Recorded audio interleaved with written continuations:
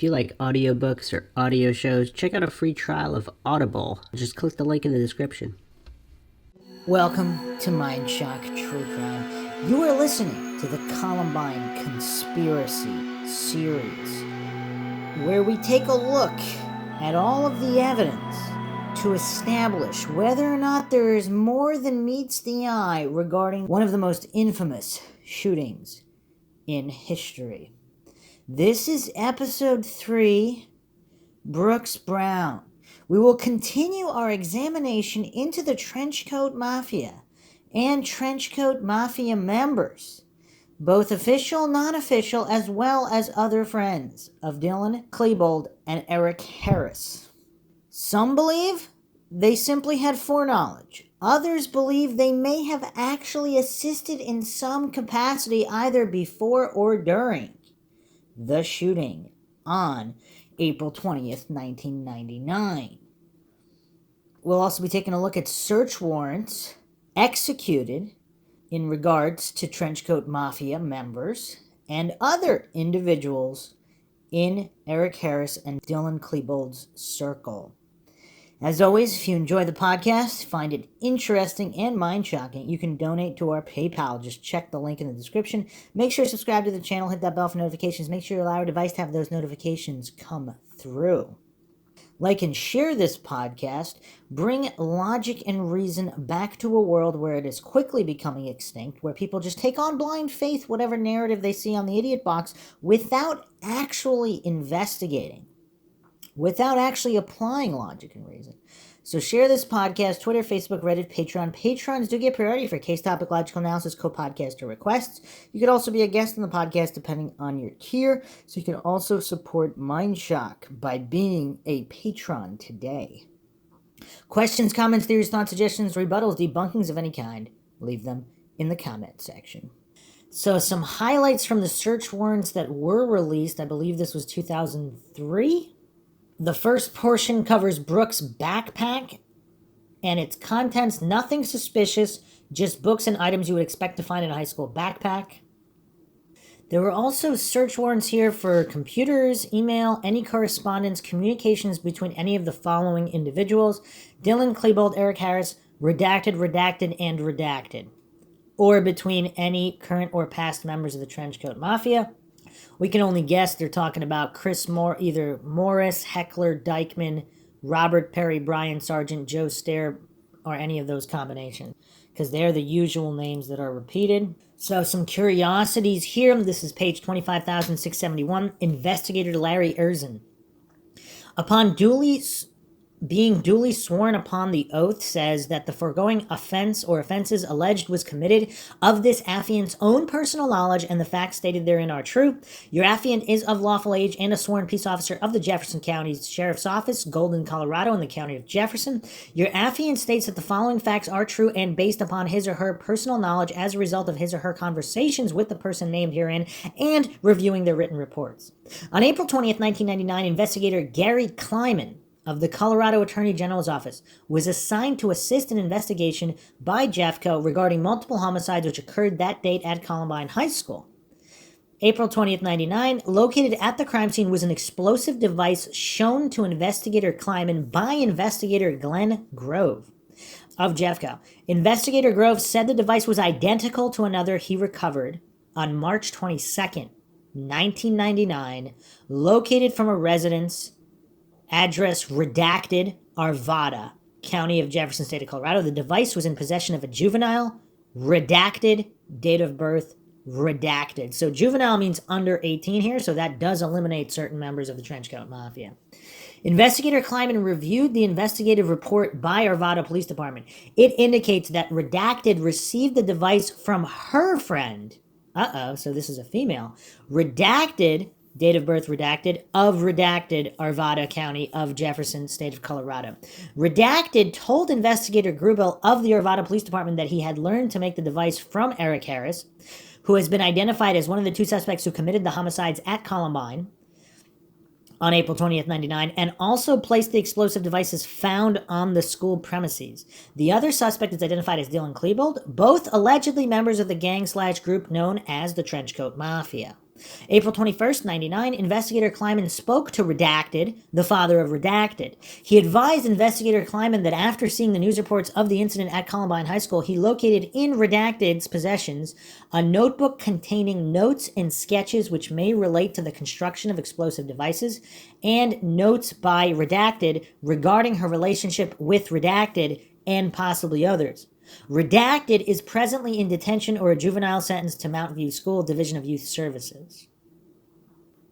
Based upon the aforementioned information, your affiant respectfully requests that the court issue a search warrant for the residence located at Redacted, County of Jefferson, State of Colorado. Here's a post, a curious post, June 18th, 2003 on Tapatalk, which is, I guess, a combination of a bunch of different forms. Well, this proves that Jefferson County knew about Eric Harris's bomb making before April 20th and did nothing. They tried to hide the fact that the Browns gave them information on Eric.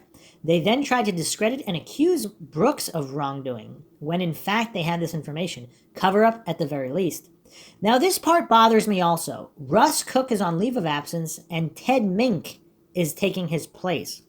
Ted Mink was chief of police of Arvada when Columbine and the Arvada bomb-making incident took place. He had to have all this information. Now he's the acting sheriff of Jefferson County, the very agency that has lied and lied and lied. How strange that Mink takes over just before the information is released. Something to think about. Just another one of those coincidences. Page 17,900. This is April 20th, 99. While clearing Columbine High School of bombs, Deputy Glenn Grove advised on a bomb, Redacted taken from Redacted. Investigator Kleiman received info that Redacted told that the bomb came from Redacted, who learned to make bombs from Eric Harris. Also, Redacted is in Mount View detentions, but has a diary at home with bomb diagrams. Lead contact Redacted or family to obtain purported diary content Redacted to determine if he did in fact learn bomb making from Harris. Assigned to Eaton and Kleiman. April 26, 99, search warrant conducted at Redacted residence. Book seized and now in Jeffco evidence. Redacted also interviewed, denies learning bomb making from Harris. Also denies being acquainted with Harris. Report attached. So apparently there's an individual here supposedly accused of learning how to make bombs from Eric, but perhaps it was the other way around. Who knows? I mean, there's so many missing pages in the reports, all these things redacted. I mean, will the truth ever be known unless all of this can be FOIA'd without redactions? What's curious, page 25,772, Robert Perry supposedly consented for his AOL account to be searched on May 13th, 99. And who knows what may or may not have been removed at that point, and again, what level of forensics was used to find anything that could have been removed or deleted. Also, there's some copies of orders here, all records sealed until further order of the court relating to a lot of these communications, various phone numbers, search warrants. I mean, it's really crazy. Regarding Dykeman, page 25,792, Nathan Dykeman told investigators during an interview he had not been truthful because he thought he would be blamed for the shootings. And we have to keep that in mind. A lot of these Trenchcoat Mafia members, how truthful were they early on? Because what are the options? They were scared, so they lied, or they told the truth, but then were told to change their story or else to match the narrative, or they were given some kind of immunity in exchange for certain information. I mean, it's really tough deciphering all this. Dykeman told agents Harris and Klebold had been experimenting with bombs for over a year. On April 20th, Dykeman said he left Columbine High School at 11:20 a.m. to go home and eat lunch. When he returned, he was met by police barricades. Dykeman said he returned home and watched several news reports and had several telephone conversations with Klebold's father. Since these interviews were conducted April 21st, Nathan has moved to Florida to finish school. So he got out of Dodge. Here's an article from Rocky Mountain News, 1999. I don't see a date here, but this is in relation to Nate Dykeman. Victor Good's house seems uncommonly quiet as he sits at his desk near a window that overlooks Columbine High School. Gone are the sounds he describes as those of normal, awkward teenagers, which until recently included his stepson, Nathan Dykeman, 18, Nathan's best friend, Dylan Klebold, and his friend, Eric Harris. From a balcony in the tidy upper-middle-class home, Good and his stepson watched through binoculars 2 months ago as SWAT teams surrounded Columbine.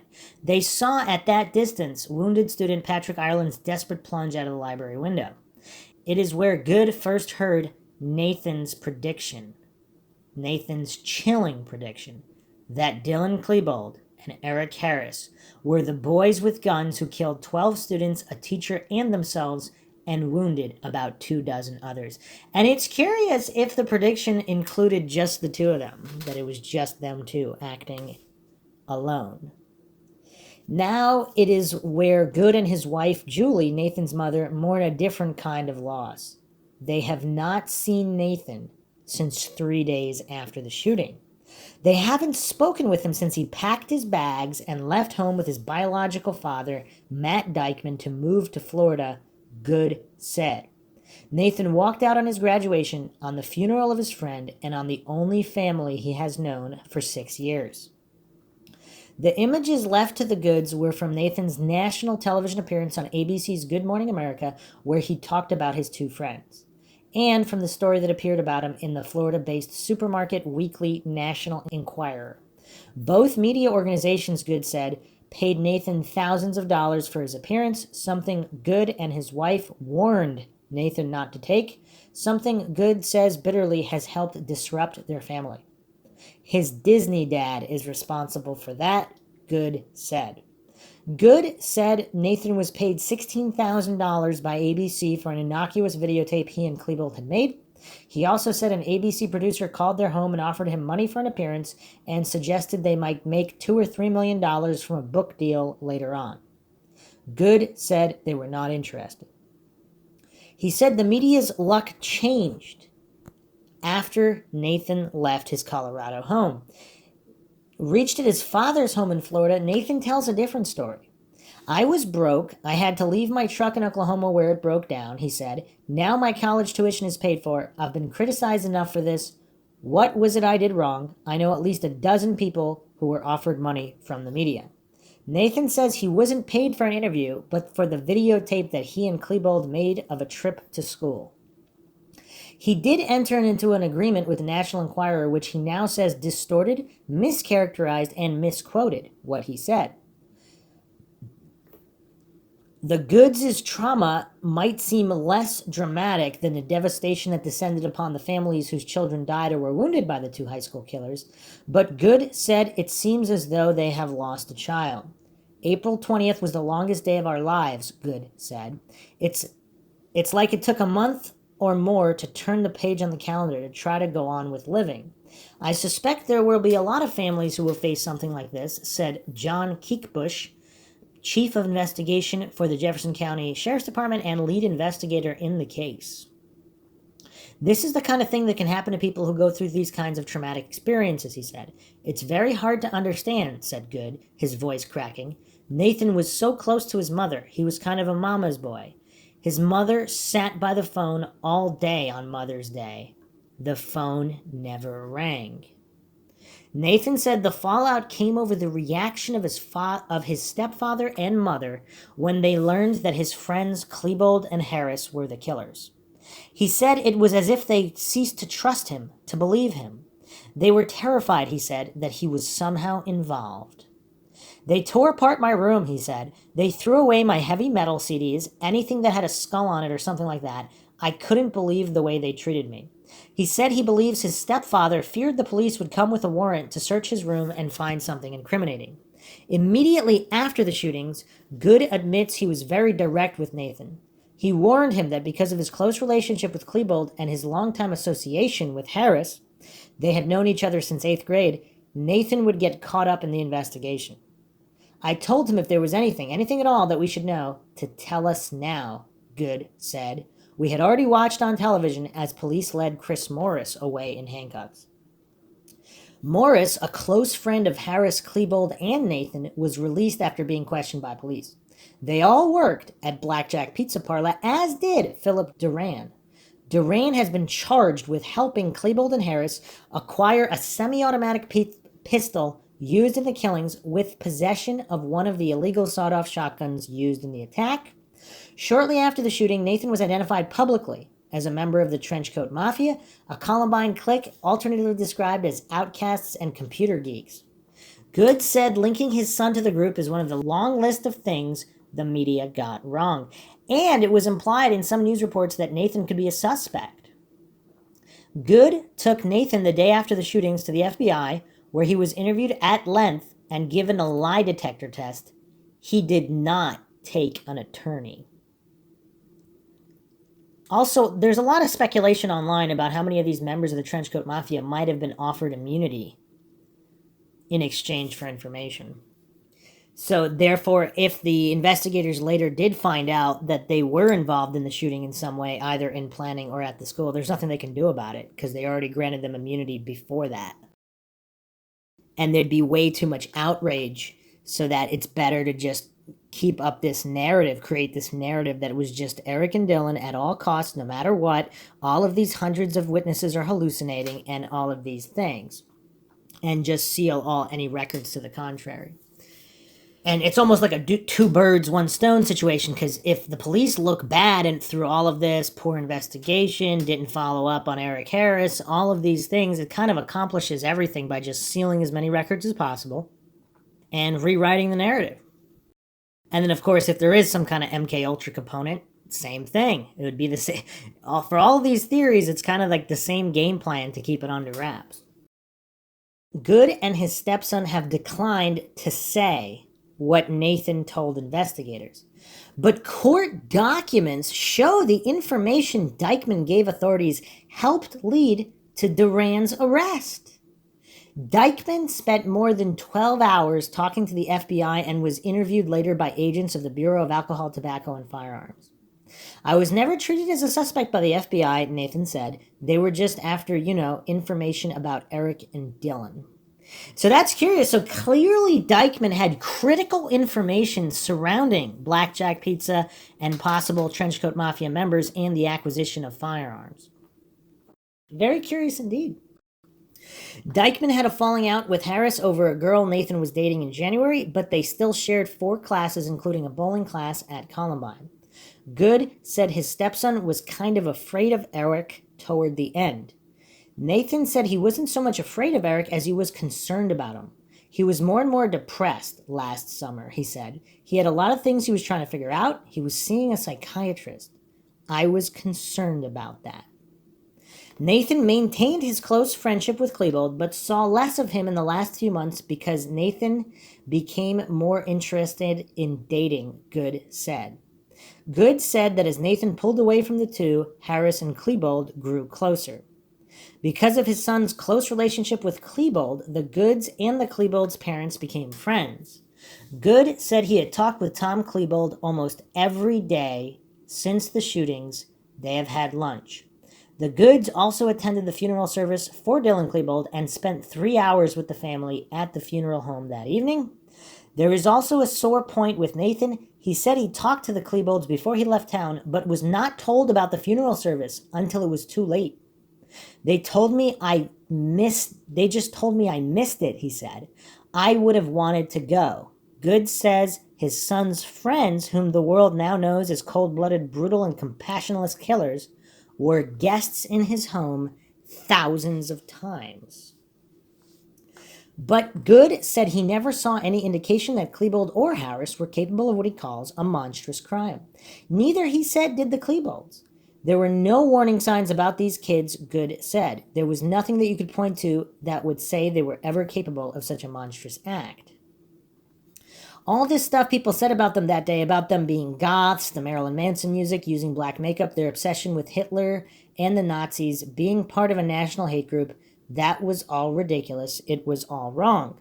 Nathan said reports that Harris and Klebold were in bowling class the morning of the shootings were also wrong, just as were reports that they frequently shouted Hail Hitler during bowling classes and wore Nazi insignia to school. People were saying their parents had to know what they were doing, that they should have seen this coming. That's wrong too, Good said. They didn't know because no one knew. No one but Dylan and Eric. And is he playing damage control here for his son, Nate Dykeman, his stepson? Everyone in America wants to believe that there were warning signs so they can believe it would never happen to them, to their children. Nathan said he too remains confused by the events that occurred. I last talked to Dylan at the bowling class on Monday, and I didn't talk to him after that. Something happened in that last 24 hours, and I wish I knew what it was. Actually, there is a date here, June 28th, 1999. Couple of posts here by Star Viego, a popular poster with a lot of these theories. He posted this September 6, 2004. Interesting, how could Dykeman have been a suspect at noon and been home 2 hours later when they see Pat Ireland being rescued?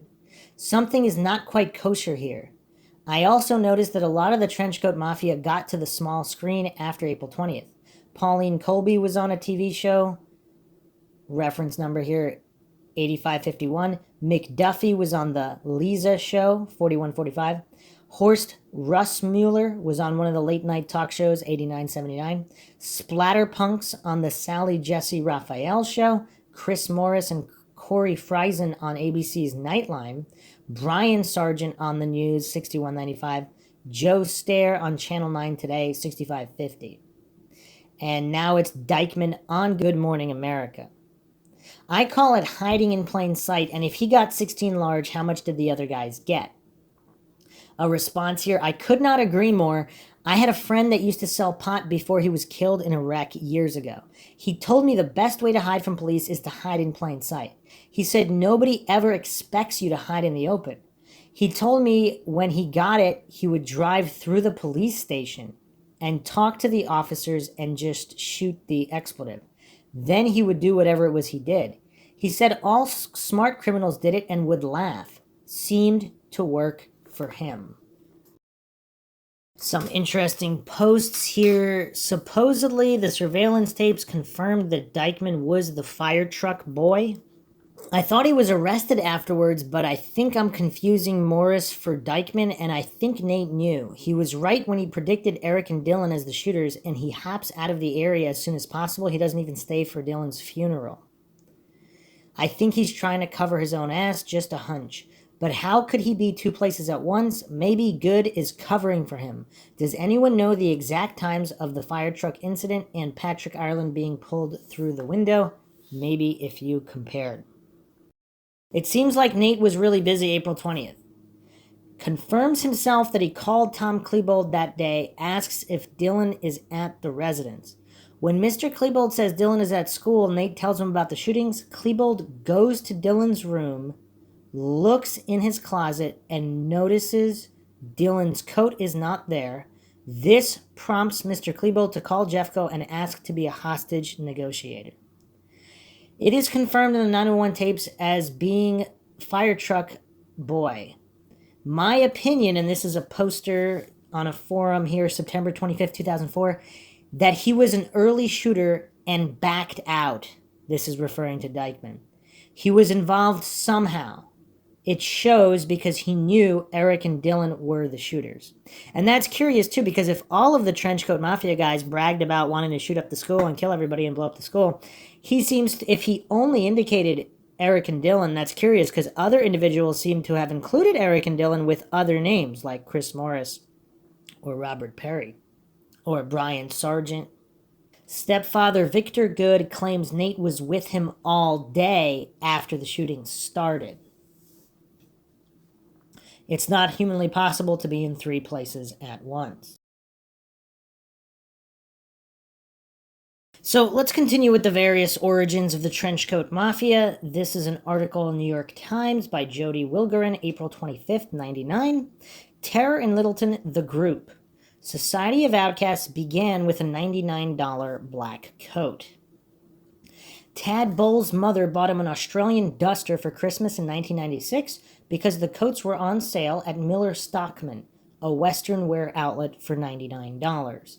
A week or so later, Tad's closest friend, Chris Morris, donned the same sort of long black coat. Soon, all of their buddies were wearing them. There were two little hipster sophomores going down the hallway. People started calling them the Trenchcoat Mafia. Mrs. Bowles recalled of Tad and Chris speaking Friday on the condition that her first name not be printed. I personally thought they looked kind of goofy, but they're kids. The more popular students at Columbine High School poked fun at the Coats, as they had poked fun at almost everything about the ragtag group of outcasts for years. Like so many tormented groups before them, they embraced the epithet as their own. One kid was messing around with Chris one afternoon, and Chris said, "You better watch out, we'll get the Trenchcoat Mafia after you." Recalled Kristen Thibault, 16, one of about 5 girls who hung out with the group of 10 duster-wearing boys. It felt good. That spring, the girls bought a business card-size ad in the Columbine High yearbook, right there with all the jocks and preps showing a photograph of their friends under the label Trenchcoat Mafia. In retrospect, the name sounds menacing now that it is linked to the 2 young men behind one of the deadliest school massacres in American history, Eric Harris and Dylan Klebold. Since the shooting and bombings that left 1 teacher and 14 students, including Mr. Harris and Mr. Klebold, dead at Columbine High, the group has been described as devoted to dark Gothic music and culture, computer video games with names like Doom, and all things German, including Hitler, whose birthday coincided with Tuesday's carnage. But members of the group, their parents, and other students at the school said it was never much more than the jibes that gave it its name, just a tiny clique of boys long seen as losers, finally finding a place. In the yearbook, Mr. Harris and Mr. Klebold are not even in the picture, and those who do appear are not wearing trench coats. These kids that did this, they're disturbed, Mrs. Bowles said of Mr. Klebold and Mr. Harris, whom she knew only slightly as Tad's friends. Okay, so here's yet further corroboration that Tad Bowles, the founder or one of the founders of the Trenchcoat Mafia, is friends in some capacity, not necessarily best friends, but friends with Klebold and Harris. The things they did had nothing to do with what the group was about. The group, she added, wasn't about anything else but hanging out with friends. Her son, Tad, a blonde wearing dark sunglasses, a black long-sleeve shirt with a gold design, and black dress pants that hung off his skinny hips, said today that a lawyer had advised him not to discuss his friends in detail. But the picture painted so far by the authorities and the news media is not at all accurate, he said, dragging on a cigarette, a bright turquoise beeper sticking out of his pocket. Miss Thibault, who described Mr. Klebold as having been her best friend, Dylan sure had a lot of best friends. A lot of people are describing him as his best friend. Said members of the group often stayed up late at one another's homes, watching movies or playing GoldenEye, a video game on Nintendo 64. We'd all get on our 4 controllers and shoot each other up as many times as we could, she said, standing on the front stoop of the Harris' home today after dropping off a bunch of fire orange roses and a card for his parents. Eric and Dylan were always lost, she said, recalling that they would be particularly upset when they were beaten by girls. It was just this constant battle of who kills who. Sure, her friends sometimes fantasized about bombing Columbine along with all of its cliques. I don't know any high school student who doesn't joke about blowing up the school, she said. Many in the group were computer enthusiasts. A website attributed to Mr. Harris mentioned the Trenchcoat Mafia and featured drawings of gun-toting monsters and directions for making pipe bombs. Recently, Mrs. Bowles said, the group focused more on making videos like the one by Mr. Klebold and Mr. Harris that is said to show them pretending to kill athletes in a school hallway. The group used to hang out at Amazing Fantasy Comics in Littleton, but the store manager, Sean Carey, said members had stopped coming about a year ago as they grew more interested in paintball and girls. Friends said they were heavy into role-playing games like Dungeons & Dragons. They liked to drink shots of Aftershock, a brand of cinnamon or peppermint schnapps. Some connected to the group were the black lipstick and black fingernail polish associated with Gothic teen culture, but Mr. Klebold and Mr. Harris did not, friends said. Some say the two were not central to the Trenchcoat group, just friends of a core member. Mrs. Bowles, a mother of 5, insisted that the Trenchcoat owners were just like any other young men interested in bamboo sword fights, Star Wars, and computer games, but also the prom and the great teenage tradition working on their cars. It was just a whole bunch of friends who didn't fit into any other type of groups, explained Miss Thibault, who wore round, wide glasses, her hair pulled back in a ponytail. We were just all these people who routinely got made fun of all through elementary school and high school.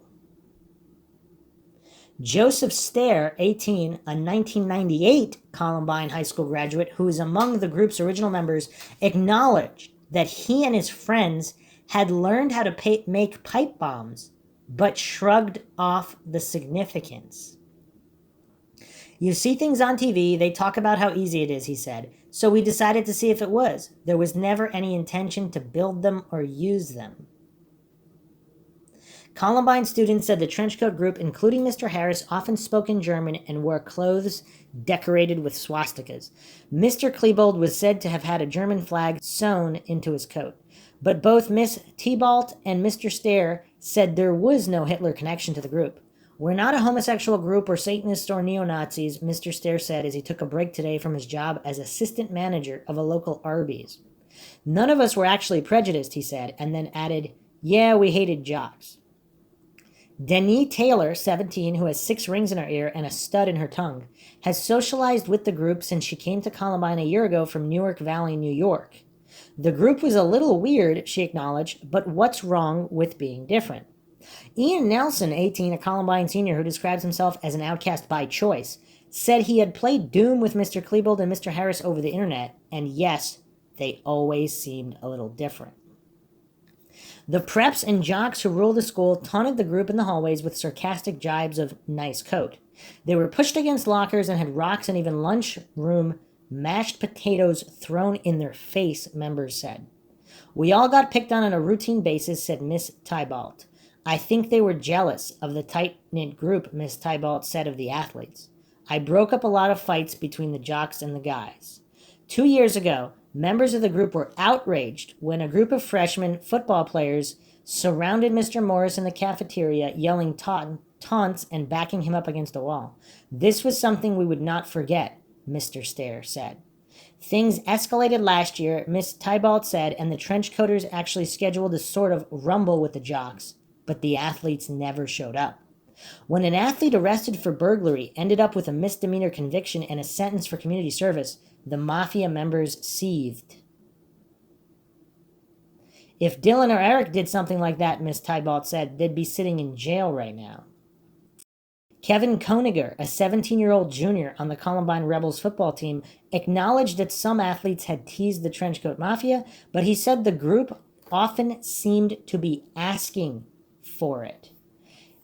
If they're different, why shouldn't we look at them as weird, he asked, recalling a student last year who seemed never to shower. As the rest of the people in town tried to console each other last week with makeshift memorials of flowers and banners, sobbing on the television about the events that had taken place in their community, members of the Trenchcoat Mafia and their friends spend much of the time talking to the police. The authorities have suggested that the 2 gunmen may have had help in getting their weapons and bombs into the school.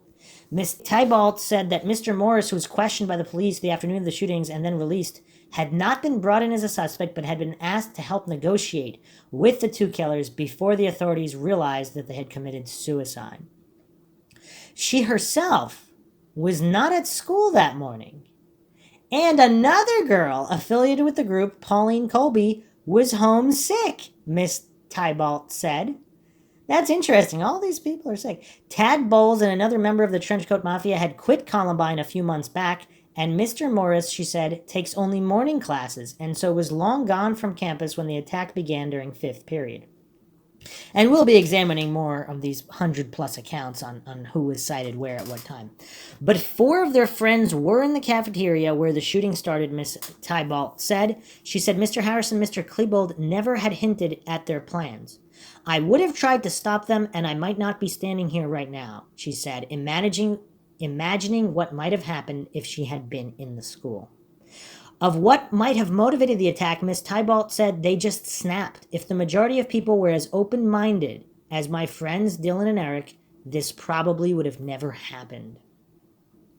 Mrs. Bowles has no choice but to separate the killers from the rest of the Trenchcoat group. They're just kids, she said, pointing out that her son plays the cello and that his friend, Mr. Morris, plays the violin. All of them are in shock. They're all destroyed. I don't know. They're never going to be the same. Even the little ones, even this one's affected. He senses our moods, she said, bouncing her 5-month-old grandson Seth on her lap. His mom sat here with us the other day, she said. We're going to teach our kids better. And does this sound like someone just simply in denial? Because even if Morris, Stair, and these other individuals had nothing to do, Tad Bowles, had nothing to do with the attack, I mean, their reputations are not exactly that of good, wholesome kids by any stretch of the imagination. So, regardless of whether they were involved or not, is this just a disconnected family member?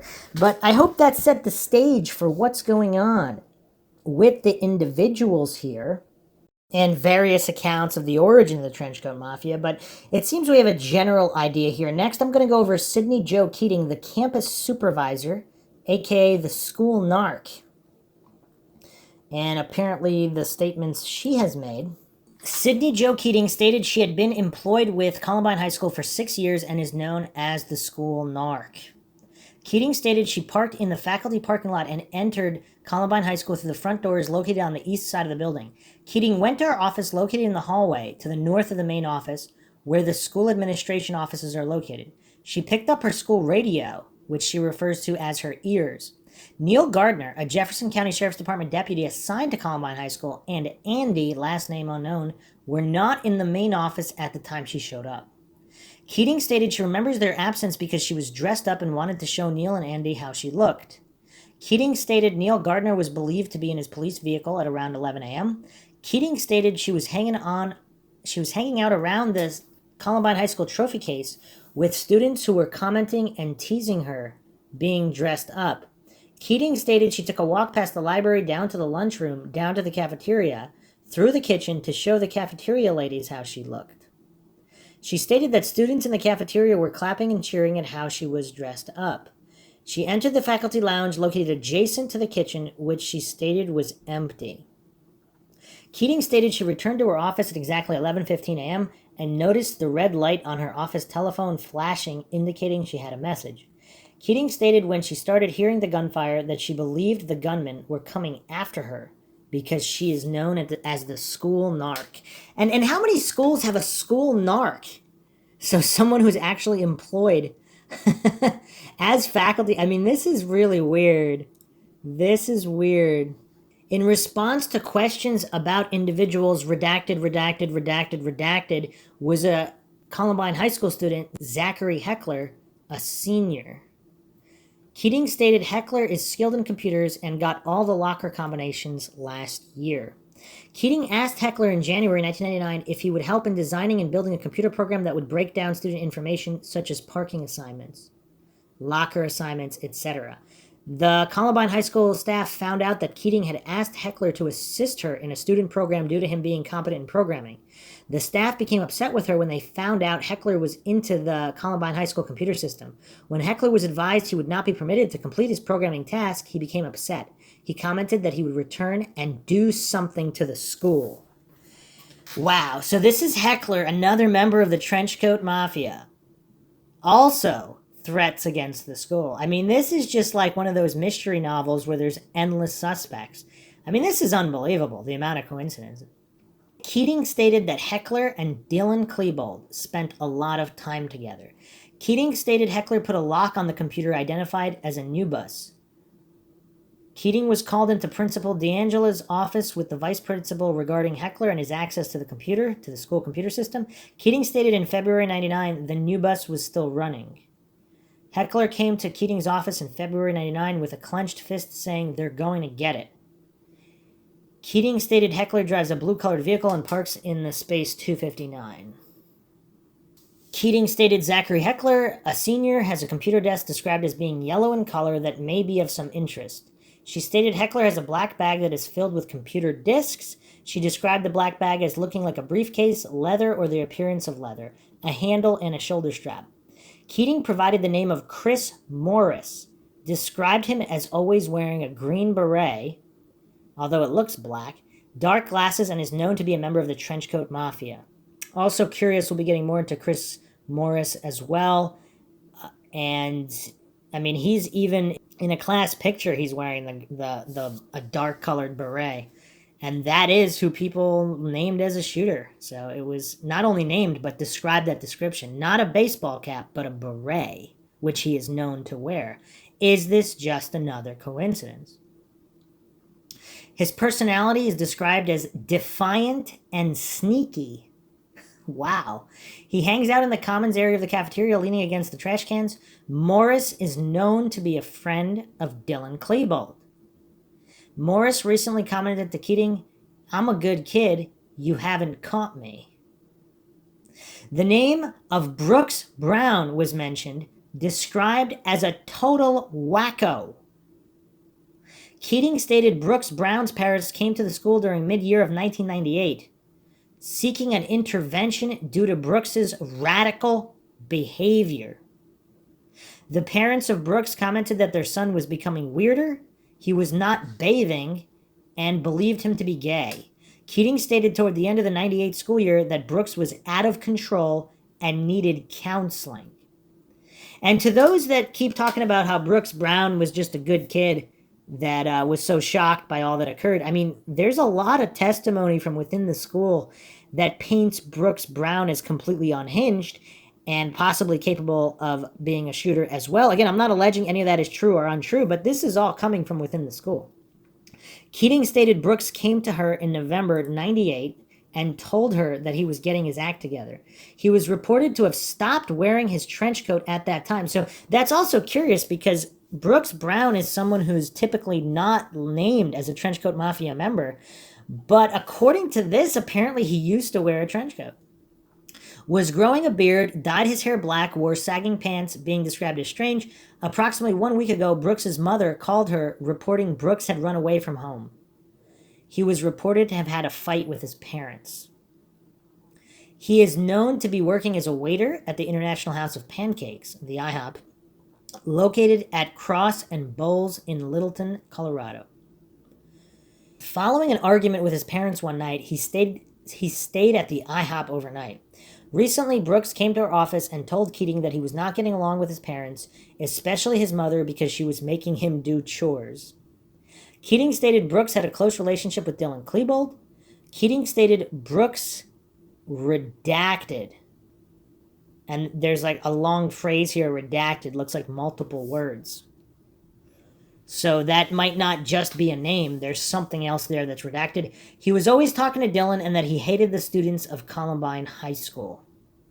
Keating provided associates of Harris and Klebold, Kristen Thibault, Eric Dutro, and Pat McDuffie. No specifics were provided relating to their relationships with the Trenchcoat Mafia and known associates. Joe Stair was mentioned, stating that he had graduated from Columbine High School in 98 and still was known to hang around the school. Keating stated Stair was friends with Harris and Klebold.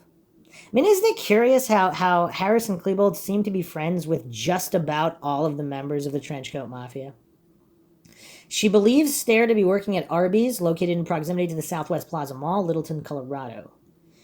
Keating stated she has never heard of anything related to explosives or bombs in connection with students at Columbine High School. Redacted was reported to have sold fake cocaine last year to Eric Harris, Chris Morris, and Eric Dutro. Chantel Berry is reported to be an associate of the Trenchcoat Mafia. Crystal Bragazzi is a student Eric Harris was known to like. Keating stated Eric Alt, a former Columbine High School student that never graduated, was seen at school on Tuesday, April 20th, 99, wearing a green shirt and black pants. Keating stated Alt looked at her and turned away. She called Alt a loser. Alt's best friend is Philip Casey, another student that had gone bad and was no longer attending Columbine High School. Eric Dutro and John Beach are also friends of Alt. Brian Sargent, a Columbine High School senior, is a member of the Trenchcoat Mafia. Pauline Colby, a Columbine High School senior and associate, and Nicole Markham are also associates of the Trenchcoat Mafia. So Keating stated she saw Eric Alt. And not only that, but she called him a loser. So not only, wow. So, and what are all these former students just happen to be wandering the halls on April 20th, 99, of all days? Is that a little coincidental to ever? And this is a faculty member. This is not just a student. This is a faculty member. So not only did she explicitly name that she saw Eric Alt, and she knew him because he was a former student, not only knew him, but knew that he never graduated, and clearly identified what he was wearing, green shirt, black pants, but also that he looked at her and then turned away, and then she called him a loser. Now, it's unclear whether she actually, it's stating that she described him as a loser, but it says here she called him. Does that mean in that moment? And this is document 012278. So this is all quite curious, everything that we just went over here with the so-called school narc. Just another one of these things that Columbine seems to have that other schools don't have. Very, very curious. She paints an interesting picture of Brooks Brown as well. So she's listed as a campus supervisor, aka school narc. Not only that, she chose to dress up that day. Not only that, but wander around showing everybody how dressed up she was. I mean, truly professional behavior here at Columbine. Very, very curious. So let's get into Eric Alt, who she spotted at school that day. So I could not find a picture of Eric Alt. The 98 yearbook is conspicuously missing from the internet as if it's been scrubbed. The 97 yearbook is available. He's not in it.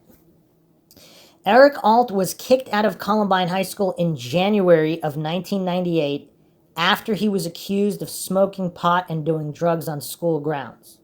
Eric Alt described Eric Harris as a decent kid and did not expect him to do something like Columbine. He said he joked about blowing up the school once, but he didn't take him seriously regarding Harris.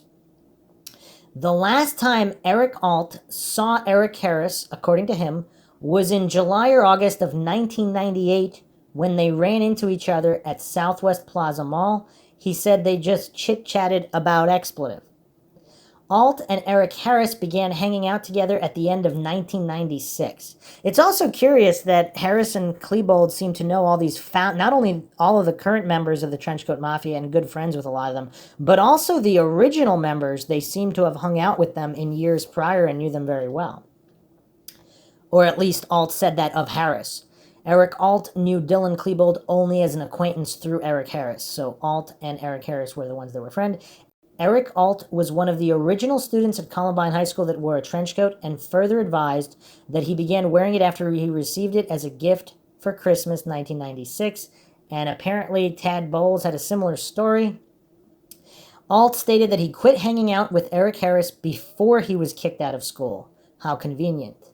Eric Alt stated that he, Bowles, and Stair broke off from the group when they left and graduated from high school, and yet they're back on, of all days, April 20th, 1999. How curious. How curious. Unless this campus supervisor is also mistaken and hallucinating. Apparently this was before the shooting, however. So was she also hallucinating before there was any kind of panic and she really didn't see Alt? Although it's unclear exactly when she saw him. So here is her from document 5713, reporting officer Steve Luciano. At about 1350 hours was the interview, April 21st. Keating told me that on April 20th, 99, she was in her office making a telephone call to her husband. Keating's office is located in the school's main office in the same hallway as the principal's office. Keating stated that at 11:15 she heard Peter Horvath, the school dean, over her school portable radio. Keating knew it was 11:15 because she just looked at her watch. Horvath's transmission on the radio was to her, Neil Gardner, or Andy Martin. Horvath was airing that there had been a shooting downstairs in the school. By the time Horvath completed airing this information, he was standing at Keating's office door. Knowing that Deputy Neil Gardner was in his patrol car, Keating picked up her school radio and called him and advised him of the shooting. Keating then started walking down the hall toward the open area of the school's office where the secretaries sit. Walking directly in front of Keating were Chris Mikesell, the school dean, and Peter Horvath. Keating stated that she took about 2 steps into the open area of the office when she heard the front office door open from the main lobby. Keating then immediately heard gunshots, 3 or 4. Chris Mikesell then yelled, according to Keating, "Oh my God, everybody down." Keating turned around toward the hallway and saw Secretary Susan White standing in the doorway of Peter Horvath's office. Keating pushed White into Horvath's office and shut the door. The light inside the office was already turned off. Keating stated that she crawled under a table, then dialed 911. She was able to get through to dispatch and advise them of the shooting. Keating was then looking through the office door window and saw 3 males all together run by. Keating described the males as number 1, white male, approximately 17 years old, approximately 5'5", wearing a black coat, no hat, no mask. Unknown hair color. Number 2, white male, approximately 5'5". Teenager wearing a neon yellow baseball cap and a black coat. Number 3, shorter than number 1 and 2, looked real young. So shorter than 5'5".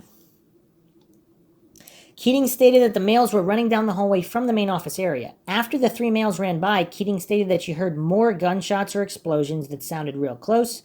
Keating remained in the office under the table until evacuated by the SWAT team sometime between 2:15 and 2:30. On April 20th, 1999, I spoke briefly to Chris Mikesell on the phone. I asked Mikesell if she saw the shooters in the main office. She said she did not. So did she say these were shooters though? So she saw 3 males run by that were shorter than 5'5", but all 3 were wearing, well actually the first 2 were wearing black coats. The third it's not stated. But they were all really short. So I don't know what to make of that. So in document 5716, apparently there were issues and they had to have a follow-up interview with her. Sidney Keating had reported seeing a gunman enter the school via the east front entrance and began firing a weapon. Sidney Keating further reported to Special Agent Price at some point after the assault, she observed 3 suspects described in the report who were in the main office area also firing weapons. So in this follow-up, this is Arvado Police Department paperwork here. So the investigating officer told Sidney Keating when comparing the statement she provided to Special Agent Price to other witness statements as well as physical evidence collected from the scene, there were several conflicts.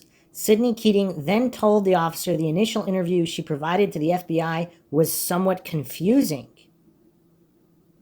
Sidney Keating told the investigative officer it was possible there had been some misunderstandings in respect to the information she initially supplied.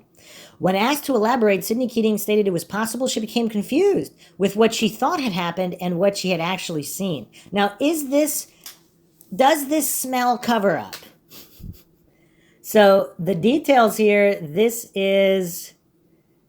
so there's a request here for another interview, November 19th, 1999.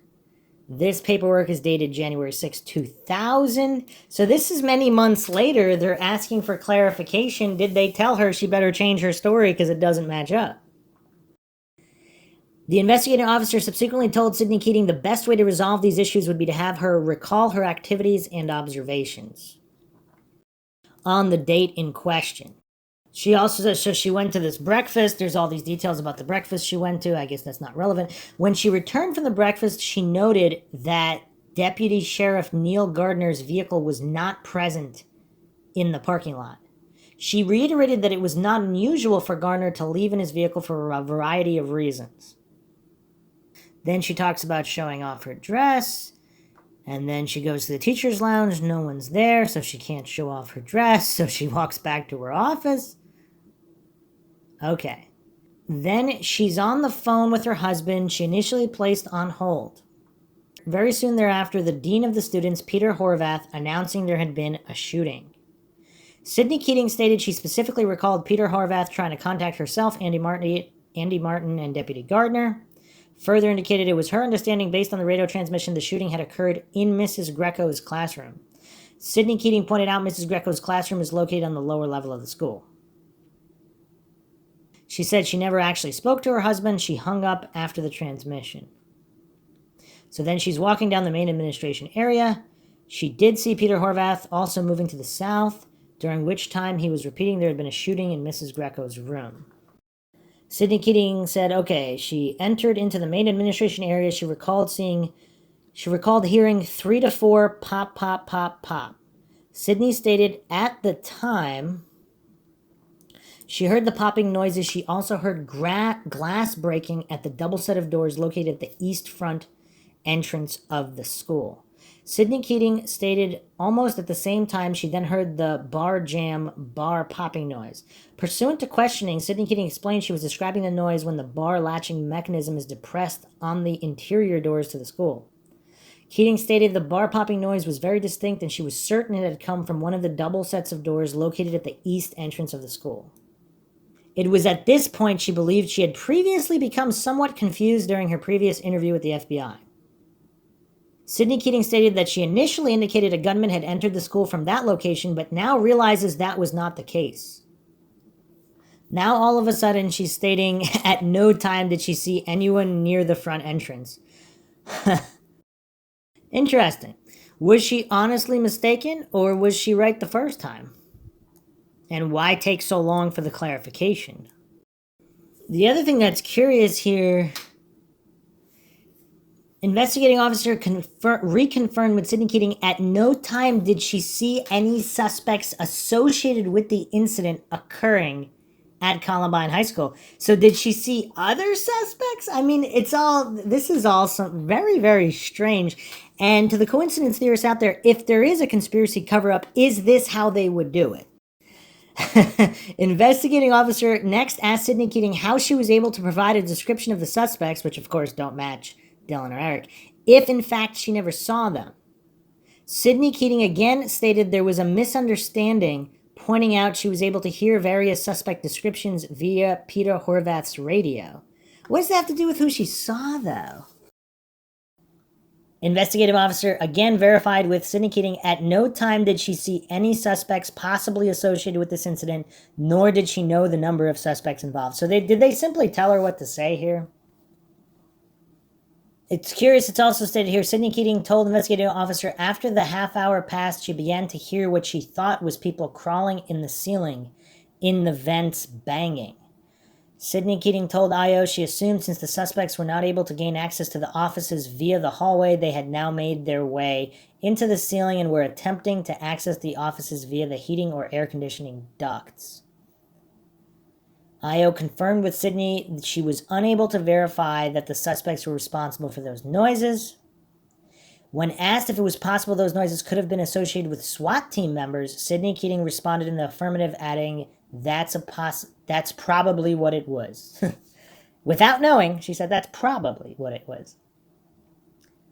Was SWAT crawling around in the ducts? I mean, I don't know. That's kind of weird, too. What's curious, okay, all this time goes by. Sydney Keating stated noises she previously heard were possibly either explosions or gunshots. She describes the noises now more like shotguns within moments. Sydney Keating stated the Jefferson County dispatcher told her the noises she was hearing were being caused by SWAT members attempting to clear the building. So they're shooting all over the place to clear the building. That's weird. Okay. So she simply hallucinated all those individuals, I guess, before. Very specific hallucinations with the bright-colored cap and 2 guys in trench coats. 1 guy, maybe not. Weird. But she estimated them at 5'5" or shorter. And no follow-up on Eric Alt. All right, let's start with Brooks Brown. supposedly former Trenchcoat Mafia member, no longer Trenchcoat Mafia member, had spats with Eric Harris, and of course the famous story of Eric Harris told him to go home. I like you, Brooks. Go home, Brooks. Whatever. A lot of people doubt that story. Let's look at this interview from April 21st, 1999, NBC. So this is the day after. I'd known him for so long. He wasn't that violent of a person ever. Did you ever hear him talk about hating the jocks or hating black people? Or Everyone at our school talks about hating one group or another, but he always did it jokingly. what about these reports that they were picking out black people to deliberately shoot them? No, they weren't racist. They hated everybody. As sick and demented as that may be, they didn't mean anything by it. What do you think happened to your friend Dylan? Just, he's a follower. He just got taken into Eric, because Eric helped him get attention. Dylan and Eric were never liked by anyone. And Dylan's parents are going through a terrible time. Yeah, I've just been watching a lot of the news shows, and I know that they've been putting him off as kind of like these horrible parents, what did they do to make their kid turn out like this? And they didn't do anything. I mean, they were nice people. I mean, I've known Dylan since I was 5. Dylan went to the prom on Saturday night. Yeah. Nothing unusual happened? No, they had a great time. My friend went with them. My friend doubled with Dylan and his date, and they had a great time.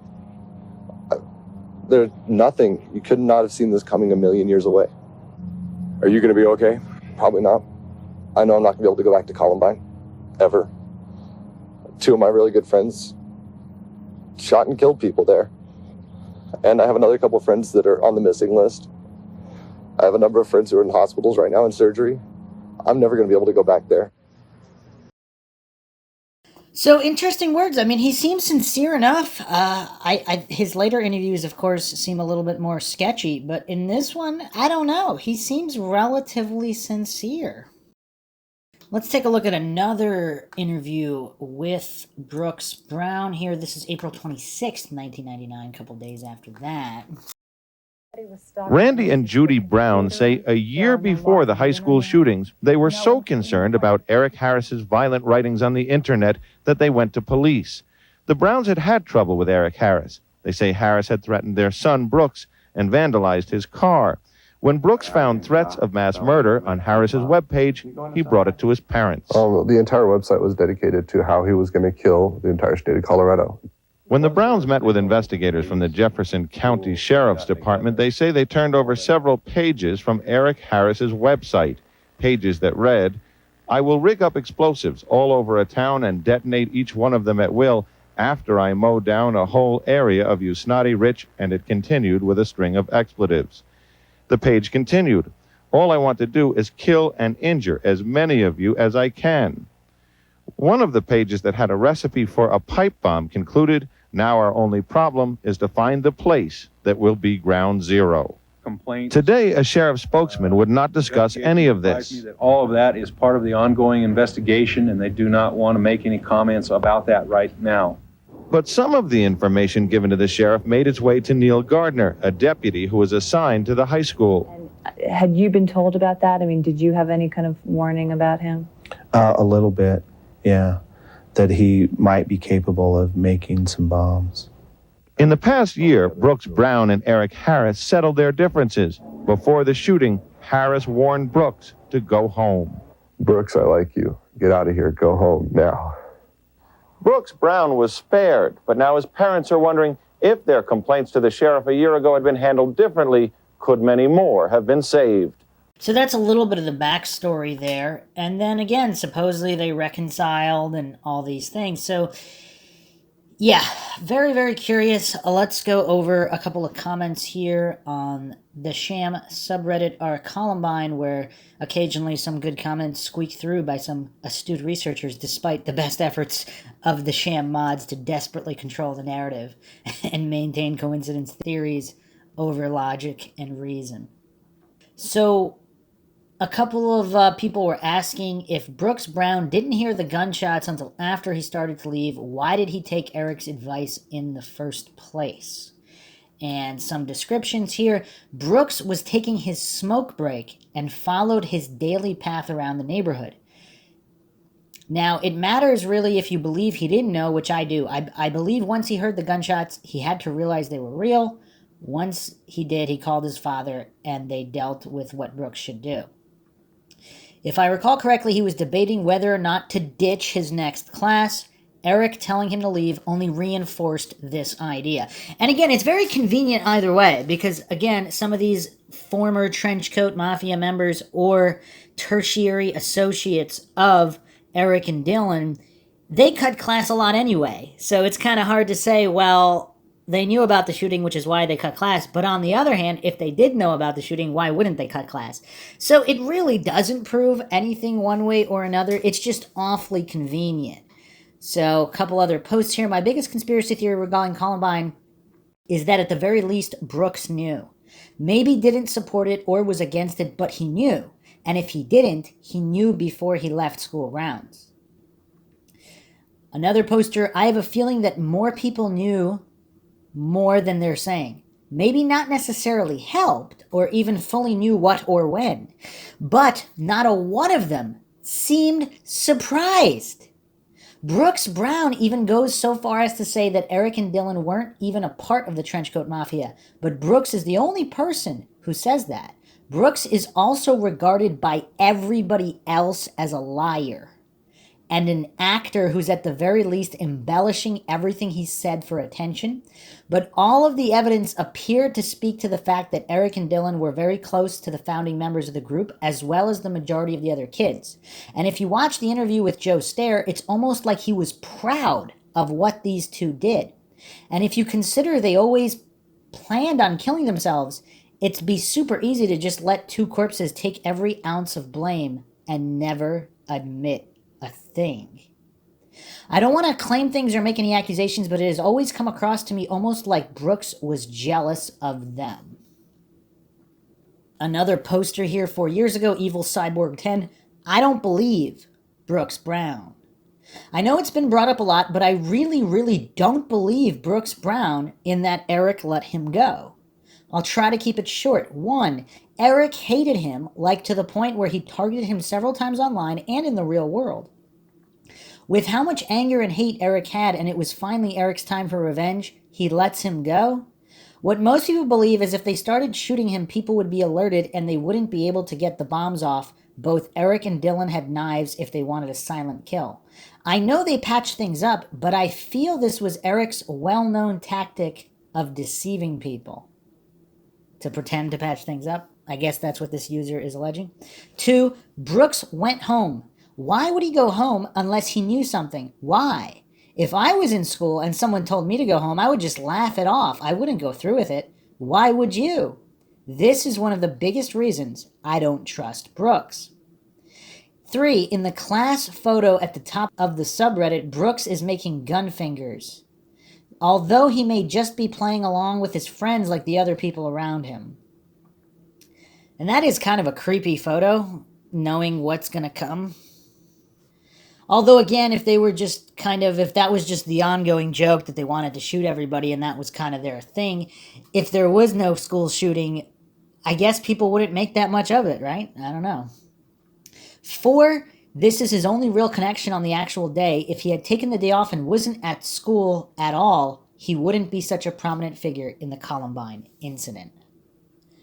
Now, I'm aware his story has been consistent from the start, and he took a polygraph that came back as telling the truth. What do you guys think of these points? Now, I'm just going to add here a note from Wayne Harris. So, Wayne Harris's notes here, April 19th, there was some tree damage. Brooks Brown is out to get Eric. Talk to the Browns. And he says here, Brooks has problems. Manipulative con artist. So this is, and he also has notes here, future problems. Lawyer. It looks, he also has here, I'm assuming this is the year before, the April before. He wrote, Eric is not at fault. Him and Kathy felt victimized. They didn't want to be accused every time something supposedly happens. And Wayne Harris is, of course, U.S. Air Force, and the extent of his involvement in the military and possibly top secret operations, that's unknown, but supposedly he's a pretty smart guy. So this is his observation of Brooks Brown. And if you look at Brooks Brown in that last interview, there is something about him that just seems off. Again, that doesn't mean he's lying about anything, but there's something that just seems off. And then, of course, we have the campus supervisor's accounts of Brooks Brown, not very favorable. So from annihilation.tumblr.com, someone actually asked what Brooks Brown did to make Eric so mad at him. The Dragon Rampant had a little write-up here that kind of sums up the Eric Harris Brooks Brown situation. Brooks and Eric met in freshman year of high school. They rode the same bus to school a lot and hung out a little bit on the side, getting along mostly due to their shared interests, computers, and games. Brooks and Eric didn't live far from each other, so Brooks would sometimes go over to his house to play video games. Brooks got his car before Eric did. Eric had previously leached rides off his older brother Kevin in freshman year, but now that Kevin had graduated, he was back to riding the bus every day. When Brooks got his car, Eric began riding along with him instead. Brooks alternated his rides with a guy called Trevor Dolak, but Eric seems to have ridden along no matter who was driving at the time. The problem with Brooks was that he's not exactly the most punctual person. Trevor didn't give two expletives about that, but nothing annoyed Eric more than that. Brooks describes that Eric used to spend the entire ride complaining about how Brooks needed to get his expletive together. One morning, Brooks overslept again. He got a call from Trevor asking where he was. Then Eric called. Brooks got fed up with Eric constantly riding his case and about being late and told him he was running late again and suggested that Eric find another ride. However, the school bus had already left. Eric got pretty pissy about it, yelling on the phone about what an expletive Brooks was. Brooks let him yell for a while and then hung up on him. When Brooks and Trevor then rode to school, a familiar truck stopped in front of them. Mr. Harris's car. Eric got out of the car, climbed into the backseat of Brooks' car, all the while huffing at Brooks about being late and about how his dad was pissed off at Eric. Brooks drove him to school anyway, but told him in no uncertain terms that he was done giving Eric rides to school. Some weeks of cold shoulder treatment, Eric's specialty, followed this incident. Things came to a head finally when Trevor and Brooks in separate cars pulled up near the stop sign next to the bus stop. Eric was throwing snowballs there with some other kids. He spotted the cars, threw a chunk of ice at Trevor's car, denting the trunk. Eric picked up another chunk and threw it at Brooks' car. The windshield cracked a little from that. Brooks was livid at Eric and yelled that he was going to have to pay to fix this. Eric laughed back at him and told him, "Kiss my ass, Brooks. I ain't paying for expletive." Why was he throwing the ice balls at the other kid's car? Because wasn't there no issue with the other kid? Brooks first drove home, then in his anger, he drove to the Harris house. Eric's mom answered the door.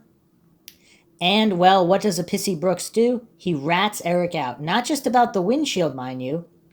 Nope, Brooks knew about the rebel missions and the vandalism Eric was getting up to.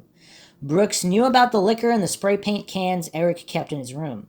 Meanwhile, Trevor had undertaken a mission of his own. Eric had left his backpack at the bus stop during the snowball fight. Trevor pulled up, grabbed Eric's bag, and threw it in his car. Trevor and Brooks met back up at Brooks's house, and Brooks's mom decided they were going to confront Eric. It didn't take long for them to find Eric. Judy rolled the window down just a little and told Eric, "I've got your backpack and I'm taking it over to your mom," and requested he meet them there. Eric basically began spitting fire at that point in time. The exact description gives you a good idea of what the three in the car were facing. His face turned bright red, and then suddenly he began shrieking and pounding on the car, pulling as hard as he could on the door handle. He screamed at them to let him in. Judy ended up driving away from him in the middle of that tantrum and was able to hand Eric's backpack over to his mom.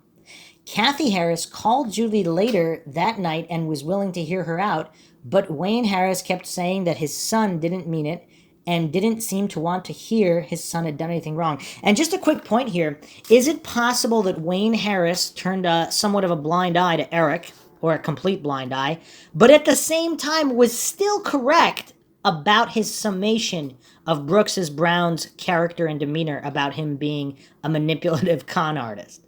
Is it possible that both are true? Again, let's not fall for black and white logical fallacies here. He told Judy that Eric was afraid of her. The Browns contacted the police after Brooks had gone to school the next day and heard that Eric was threatening him. That night, they got another phone call from the Harrises. This time it was Wayne Harris telling them he was bringing Eric over to apologize. The full account of that is a genius move from Judy Brown. Eric came over and stood in our doorway, and he just had this fake tone to his voice, Judy said. Mrs. Brown, I didn't mean any harm, and you know I would never do anything to hurt Brooks. I let him finish, but I could see right through the act. And then I said, you know, Eric, you can pull the wool over your dad's eyes, but you can't pull the wool over my eyes. That seemed to surprise him. He said, are you calling me a liar? I remember that specifically, and I said, yes, I am, and if you ever come up our street, or if you ever do anything to Brooks again, if I ever see you on our street again, I'm calling the police. Eric was shocked by Judy's words. He didn't say anything further, he just turned and stormed out to his father, who was waiting in the car. I don't think anyone had ever confronted him like that before, Judy said. I think he was amazed that I didn't just go, it's okay, Eric, yes. Maybe he had gotten away with it for so long, manipulating people that way, that he was stunned that it didn't work. And my first thoughts here are these people accounts of both Eric and Brooks Brown both true? That they're both manipulative liars and con artists, and it's not one or the other, as, again, some people even blame this whole situation that if Eric hadn't gotten pissed about this, this is what sent him off the deep end. Maybe not. I mean, it seems unlikely that a single incident would have done that. And continuing with this post here, and there you have it, the full account of how those shenanigans with Brooks initially started. It was a rather minor quibble, honestly, but I think quite a bit of its underlying emotion may lie in Eric's relationship with his parents. Note how Eric griped at Brooks that his dad was pissed at him after Brooks had initially refused him the ride to school while the bus had already left. Also note that Brooks and Judy exacerbated the windshield incident by involving Kathy Harris and later also Wayne and telling Eric's parents what their son was up to. Judy later notes that there may have been something in the backpack that Eric didn't want either of his parents to see, which is as good as bet as any, but I also think that Eric got furious with them for simply taking his property and involving his mom in it all. Yeah, if he had his journals and drawings and writings and some of that stuff in the backpack, that would explain that reaction as well. Clearly, there's a lot of disturbed individuals in this case. This is not just one or two people. There seem to be a lot of disturbed individuals that attended Columbine and surrounded it. Another theory from another poster on the Columbine subreddit. My idea is that Eric didn't have the energy left to hate on Brooks. It was a waste of his time. He couldn't be bothered. He had a plan. Brooks was distracting him with that conversation, so he told him to go home, get out of the way. And is that as good explanation as any? Supposedly the date, they patched things up January 1999, so just a few months before the shooting. And then, of course, Sheriff Stone had it out for Brooks Brown as well, and who knows what information Stone had that has not been released. But let's look at this report from May 7th, 1999. In the wake of this massacre, Jefferson County Sheriff John Stone has been directly in the media spotlight. But several times, his spokesmen have had to backtrack on the sheriff's comments. This week, Stone suggested a friend of Eric Harris and Dylan Klebold's, Brooks Brown, was possibly involved. Brown was outraged. I expect Stone to publicly apologize. This upsets me in more ways than I think anyone could imagine. The same day, Stone's spokesman downplayed the sheriff's remarks, saying Brown was no more a suspect than anyone else. And that statement, Brown is no more a suspect than anyone else, what does that mean? That all the Trenchcoat Mafia members are suspects? Are equal suspects? I mean, that can be interpreted a few different ways. I don't know. The impression, all the MINDSHOCK listeners can chime in here. The impression I'm getting from Brooks Brown is there may have been rumblings. Perhaps Eric might have tried to recruit him into their mission at some point, but was not really clear on what the mission was. Maybe he was clear, but Brooks Brown, it seems like it's unlikely that he was actually in the building shooting. Again, a lot of these eyewitnesses do not seem to have reported Brooks Brown, other than some mentioning sideburns and other people mentioning some facial hair on the chin. Again, if we look at all of the usual suspects, Brooks Brown is the only individual with some kind of facial hair on his chin that's prominent. Actually, and Nate Dykeman, actually. The two of them who happen to look the same. So, who's more suspicious here, Brooks Brown or Nate Dykeman? Is it unlikely that both Brooks Brown and Nate Dykeman were in the school, possibly assisting in some capacity? I don't know. I would say, just from the impression I'm getting from Brooks Brown and his demeanor, it's very possible all the negative things that have been said about him are true, but he was not involved in the shooting, and he did not have specific foreknowledge, although he might have heard rumblings. Here's a few more assessments on Brooks Brown, although, again, we don't know what Sheriff Stone knew. It's easy to criticize. Maybe Sheriff Stone just had tunnel vision and he was being biased, whatever. Maybe he has some information that has as of yet been unreleased. Or who knows, maybe he was fed wrong information by Chris Morris or some of these other individuals who maybe tried to shift the blame to Brooks Brown to a certain degree. Or point to something and it was wrong. But either way, Stone obviously had some kind of reason to believe that Brooks Brown knew something or was somehow involved. On ColumbineMassacre.forumotion.com, a user has this analysis. This is Nirvana92, posted this December 24th, 2015. I can't help but feel sympathy for Brooks. Two of his closest friends attacked their high school and killed his friends and peers. Not only that, but if you believe his story, he was allowed to leave by Eric moments before the killing started. I'm sure the why me is a tough thing to deal with. Also, Eric hated him and wrote about killing him multiple times over a year before the attack. He has to live knowing he became a fixation and fuel for the hate Eric tapped into during the attack. Brooks was at the center of something horrible that he never asked to be a part of, and was even considered a suspect at one point. All of that is a lot for a teenager to handle on an emotional level. I will say, though, that I think Brooks tries really hard to be different or a black sheep. I don't know how to explain it, but something about the way he carries himself screams poser. It's almost as if he relishes the fact that he was such an outcast that he was best friends with two of the most notorious school shooters in history. Brooks is a perfect example of a late 90s hipster who never outgrew their need to appear different or interesting. And that is curious, too. I mean, he put out a book. He did all these media appearances. I mean, it's curious, but is that the most balanced analysis? He wasn't involved, but he just had a lot to deal with. But he's also this manipulative con artist in certain ways as well. Again, let's not fall for these black and white logical fallacies. Other posters also stated that they never really believed his version of the day's events. Violenta posted this. I just think he somehow gets off on all the attention. We know Eric targeted him. We know about the hatred and threats Eric posted. But I think he probably had a lot of good reasons for the dislike he felt. He pretty much loathed him, hated him for his lies, hated that he ran to his mom about everything, etc. It's not far-fetched to think that Brooks likely didn't change much into adulthood. I understand that being so closely involved with Eric and Dylan after NBK must have been pretty tough on him as a teen, but he's still playing on that in his mid-30s. He just gives off those creepy warning vibes to me. I may be completely off in my opinions, but it's odd.